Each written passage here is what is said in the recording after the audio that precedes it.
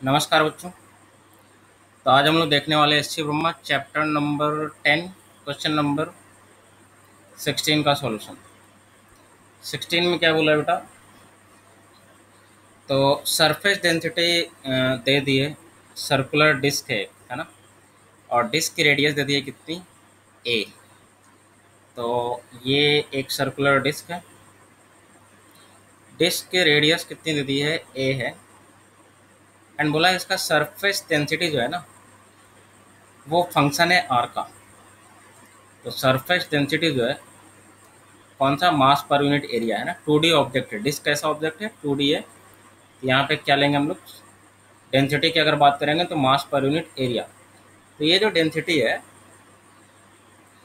वो दिया हुआ है आर पे डिपेंड कर रहा है। अब आर क्या है, तो यहाँ पे लिख लिया और डिस्क ऑफ रेडियस है depends on the distance from the centre. तो आर क्या है, डिस्टेंस फ्रॉम द सेंटर है ना। मतलब सरफेस डेंसिटी जो है आर डिस्टेंस पर डिपेंड कर रहा है। किसी डिस्टेंस आर पे अगर बात करें तो इसकी जो सरफेस डेंसिटी है उसका कितना होगा, ए प्लस बी आर। इसका मतलब ये हुआ कि डेंसिटी इसकी यूनिफॉर्म नहीं है, आर पे डिपेंडेंट है। आर जैसे जैसे आप बढ़ाओगे तो डेंसिटी भी बढ़ेगी, प्रोवाइडेड कि ये दोनों क्या होना चाहिए, कांस्टेंट होना चाहिए ना, पॉजिटिव अगर मान लेते हैं ये दोनों को, ए और बी को। तो आर जैसे जैसे आप बढ़ाओगे ना, आर जैसे जैसे आप बढ़ाओगे डेंसिटी क्या होगी, बढ़ेगी। डेंसिटी बढ़ेगी मतलब आप ऐसे समझ सकते हो कि जैसे जैसे आप बढ़ाओगे तो डेंसिटी बढ़ेगी, मतलब मास पर यूनिट एरिया अब आपको ज़्यादा मिलेगा जैसे जैसे दूर जाता जाओगे। ठीक है, तो इसका मतलब ये हुआ सिंपली। तो आपको फाइंड क्या करना है, मोमेंट ऑफ इनर्शिया निकालना है। किसके अबाउट, तो एक line perpendicular to the plane है एंड डिस्क के सेंटर से पास कर रहा है। तो ये देख लो, डिस्क के सेंटर से पास करने वाला और परपेंडिकुलर लाइन ये हो जाएगा। इसका मतलब अगर ये मैं प्लेन में मान लेता हूँ एक्स एक्सिस और ये वाई एक्सिस मानता हूँ, तो इस प्लेन के परपेंडिकुलर जो होगा है ना, इसी को जेड एक्सिस में बोल रहा हूँ जैसे। तो आई ए जेड ये निकालना है आपको डिस्क की। ठीक है, अच्छा यहाँ पे बेटा अगर डेंसिटी अगर मान लो यूनिफॉर्म देती तब तो सिंपली निकाल लेते हैं। मास कैसे निकाल लेते हैं, मास इक्वल टू क्या आ जाता, क्योंकि डेंसिटी इक्वल टू क्या होती है, मास पर यूनिट एरिया। ठीक है, तो अगर डेंसिटी यूनिफॉर्म होती तो मास निकाल लेते रो इंटू ए करके, और मास निकल जाता तो डिस्क का moment of inertia direct formula लगाकर निकाला जा सकता था, M R square upon 2। R की जगह पे ए हो जाता, तो एम आर स्क्वायर अपॉन 2 है ना। लेकिन ऐसा कब होता, जब डेंसिटी यूनिफॉर्म होती। डेंसिटी यहाँ पे यूनिफॉर्म नहीं है, यूनिफॉर्म नहीं है तो अब मोमेंट ऑफ इनर्शिया आप जानते हैं मास डिस्ट्रीब्यूशन पे डिपेंड करता है। और यहाँ पे बोल रहा है मास डिस्ट्रीब्यूशन चेंज कर रहा है ना, है ना। तो यहाँ पे आपको क्या करना होगा, इंटीग्रेशन प्रोसेस यूज लगा के करना पड़ेगा। ठीक है ना, इंटीग्रेशन मेथड से करना पड़ेगा। तो कैसे करेंगे आप, तो सबसे पहले हम लोग क्या करेंगे, एक स्मॉल एलिमेंट ले लेंगे, कंसिडर कर लेंगे। जैसे सिमेट्री के हिसाब से अगर देखा जाए डिस्क में आर डिस्टेंस पे अगर आप देखा जाए तो सिमेट्री के हिसाब से कौन सा सही रहेगा एलिमेंट, तो सर्कुलर एलिमेंट सही रहेगा, है ना, रिंग टाइप का। इस तरह से एक रिंग हो गया है ना, और ये आर डिस्टेंस पे डी आर थिकनेस की रिंग ले रहा हूँ है ना। रिंग के थिकनेस कितना है, डी आर। ठीक है, आर डिस्टेंस पे डी आर थिकनेस की रिंग ले रहा हूँ। हम लोग क्या करेंगे, पहले इसका मोमेंट ऑफ इनर्शिया निकाल लेंगे और उसके बाद हम लोग क्या करेंगे, इंटीग्रेट कर देंगे। इंटीग्रेशन कहाँ से कहाँ करना है, तो आर इक्वल टू 0 करोगे तो ये वाला एलिमेंट कंसिडर हो जाएगा, सेंटर वाला। एंड आर इक्वल टू ए करोगे तो पेरीफेरी वाला एलिमेंट कंसिडर हो जाएगा। तो आर इक्वल टू 0 से लेकर आर इक्वल टू ए तक क्या कर लेंगे, इंटीग्रेट कर लेंगे। लेकिन सबसे पहले अब हमको क्या करना पड़ेगा, ये जो छोटा सा एलिमेंट सेलेक्ट किया है, सबसे पहले इसका मोमेंट ऑफ इनर्शिया निकालना पड़ेगा। अब सोचिए ये जो छोटा सा एलिमेंट सेलेक्ट किए हैं, तो हम लोग इतना मान सकते हैं कि इस R and R plus D R length में डेंसिटी ज़्यादा चेंज नहीं की होगी। मतलब डेंसिटी हम लोग क्या मान सकते हैं, यूनिफॉर्म मान सकते हैं, है ना। और डेंसिटी यूनिफॉर्म मान सकते हैं और हम लोग मास इसका डायरेक्टली निकाल सकते हैं बेटा। सोचो डेंसिटी इक्वल टू क्या हो जाएगा, D M, D M upon D A, है ना, मास बहुत कम होगा इसका। ये जो छोटा सा रिंग बनाया मैंने, इसका मास बहुत कम होगा, उसका मास मैंने क्या मान लिया, डीएम। और एरिया भी बहुत कम होगा इस रिंग का। एरिया कैसे निकालोगे इसका, तो इसको कट कर लो, कट करके इसको स्प्रेड कर लो, तो ये इस तरह से एक रेक्टेंगुलर स्ट्रिप जैसा दिखेगा। ठीक है, ये रेक्टेंगुलर स्ट्रिप, ये थिकनेस कितना हो जाएगा, डी आर। ठीक है, और इसका लेंथ कितना हो जाएगा बेटा, 2 पाई आर हो जाएगा। ठीक है, ये लेंथ कितना हो जाएगा, 2 पाई आर, 2 पाई आर। तो थिकनेस तो हो गई डी आर और लेंथ हो गई 2 पाई आर। तो इसका एरिया आप निकाल सकते हो, एरिया बहुत ही स्मॉल होगी, और इसलिए इसका हम लोग किससे डिनोट कर रहे हैं, डी ए से डिनोट कर रहे हैं। किसी भी स्मॉल चीज़ को हम लोग डी लगा के डिनोट करते हैं।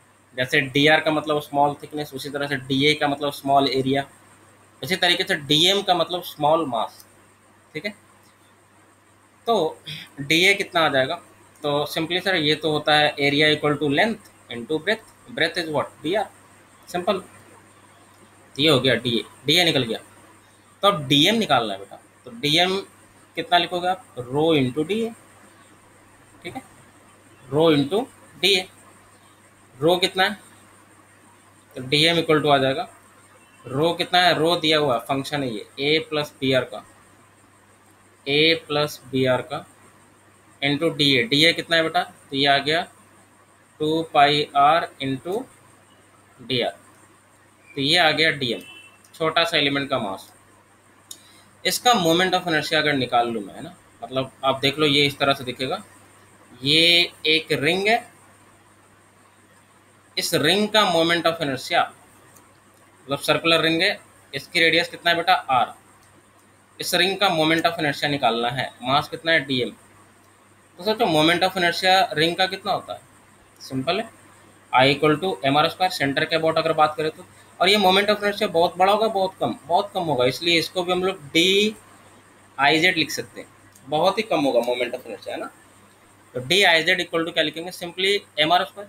अगर मास एम होता, रेडियस आर होता, तो मोमेंट ऑफ इनर्शिया क्या लिखते हैं, I equal to M R square, ring का, है ना, सेंटर के about perpendicular to the plane कितना होता है, एम आर स्क्वायर। तो अगर बहुत छोटा है, सब कुछ छोटा है, तो मोमेंट ऑफ इनर्शिया भी छोटा होगा, और ये कितना हो जाएगा, एम आर स्क्वायर ही होगा, लेकिन एम की जगह पे कितना होगा, डी एम, और आर की जगह पे तो आर स्क्वायर होगा। तो ये सिंपल हो गया था। तो ये डी डी आई जेड आया। मुझे अगर टोटल निकालना है, टोटल मोमेंट ऑफ इनर्शिया, मतलब पूरे मास का जो भी डिस्ट्रीब्यूटेड है, तो मुझे इंटीग्रेट करना पड़ेगा। ये जो तुमने छोटा सा निकाला, इसे इंटीग्रेट करना पड़ेगा, है ना। और डी आई जेड कितना है, D M into R square, इसे इंटीग्रेट करना पड़ेगा। और डी एम की वैल्यू भी आपने ऊपर निकाल रखा है बेटा, ये कितना है, A plus B R, A plus B R into 2 pi R D R, 2 pi R D R, 2 pi R D R बाद में लिखूंगा, पहले आर स्क्वायर लिख लेता हूँ फिर डी आर। तो ये देख लो, पहले तो मैंने डी एम की वैल्यू लिख लिया, ये और ये डी एम की वैल्यू होगी पूरी, और ये आर स्क्वायर हो गया। इसको इंटीग्रेट करना पड़ेगा। अब देखो यहाँ पे वेरिएबल कौन कौन सा है, ए और बी, हालांकि कुछ मेंशन नहीं किया, बट यहाँ पे हम लोग क्या लेंगे, कांस्टेंट ही लेंगे ए और बी को, है ना। तो वेरिएबल यहाँ पे आर है ना, और ये डी आर के टर्म में भी, क्योंकि आर चेंज कर सकता है, आर वेरी कर सकता है। तो अब मुझे अगर total moment of inertia find करना है, तो सोचो आर जैसे जैसे बढ़ाते जाओगे, रिंग का साइज धीरे धीरे बढ़ता जाएगा, आर जैसे जैसे कम करोगे, रिंग का साइज कम होता जाएगा। तो इस तरह से अगर तुमने आर को 0 से लेके ए तक कवर किया, तो ये पूरा डिस्क कवर हो जाएगा। छोटे छोटे रिंग को, मोमेंट ऑफ इनर्शिया को ऐड कर दो, मतलब 0 से ए तक इंटीग्रेट कर दो, तो टोटल मोमेंट ऑफ इनर्शिया आ जाएगा डिस्क का। तब सिंपल है, इसका कैलकुलेशन कर लो, तो ये आ जाएगा बेटा इंटीग्रेशन। अब देखिए यहाँ पे हम लोग क्या कर रहे हैं, कुछ कॉमन वगैरह ले रहे हैं, ए 2 पाई ए कॉमन ले लेते हैं, कांस्टेंट ही है ना, 2 पाई ए कॉमन ले लिया। अब ये बच गया इंटीग्रेशन 0 से ए, और ये बच जाएगा R into R, R cube D R, plus second term देखो, सेकेंड टर्म में B N two 2 pi common ले लो, 2 पाई बी कॉमन ले लिया, 2 पाई बी कॉमन ले लिया, इंटीग्रेशन क्या बचेगा बेटा, ये एक आर यहाँ पे, एक आर यहाँ, एक आर यहाँ, तो टोटल 4 आर हो गए, तो आर की पावर 4 डी आर, और लिमिट कहाँ कहाँ 0 से लेके ए तक, बस इसको इंटीग्रेट करना है। तो ये कितना आ जाएगा बताओ, देखिए यहाँ पे 2 पाई कॉमन ले लेता हूँ मैं, और एक साथ नहीं ले रहा हूँ, पहले यहाँ पे कर लेता हूँ। पहले 2 पाई ए, ये कितना आ जाएगा बेटा, आर की पावर 4/4, लिमिट रखोगे कहाँ से कहाँ, 0 से ए, प्लस ये आ जाएगा 2 पाई बी, इसका इंटीग्रेशन आर की पावर 5, पावर एक जुड़ जाता है और उसी से डिवाइड हो जाता है ना इंटीग्रेशन में, और ये आ जाएगा कितना, 0 से ए। ठीक है, इंटीग्रेशन का प्रोसेस कंप्लीट होने वाला है। अब रख लो ये वैल्यू 2 पाई ए, वैल्यू रखोगे बेटा तो एक बार तो तुम रखोगे तो ए की पावर 4/4 आएगा, एंड ये -0 रखोगे तो 0 हो जाएगा, तो उसको मैंने लिखा प्लस 2 पाई बी, एक बार तुम ए की जगह पर रखोगे ए की पावर 5/5 आ जाएगा, और एक बार 0 रखोगे तो 0 हो जाएगा, तो वो नहीं कर रहा। तो ये आ गया सिंपल, कॉमन ले लो, 2 पाई कॉमन ले लिया, ए की पावर 4 भी कॉमन ले लो। ठीक है, तो ये बच जाएगा कितना, अंदर बच जाएगा a/4, प्लस ये अंदर क्या बचेगा, 2 पाई कॉमन ले लिया तो b बच गया अपॉन 5, और a की पावर 4 और ये एक बच गया, ये यहाँ पे इतना बच गया। तो ये इतना आ जाएगा क्या, मोमेंट ऑफ इनर्शिया पूरे डिस्क की, है ना। तो जब भी डेंसिटी यूनिफॉर्म नहीं हो तो आपको इंटीग्रेशन प्रोसेस से करना पड़ेगा, छोटा सा एलिमेंट लेकर कंसिडर करके हम लोग कर सकते हैं। तो चलिए इसका आंसर हम लोग मैच कर लेते हैं।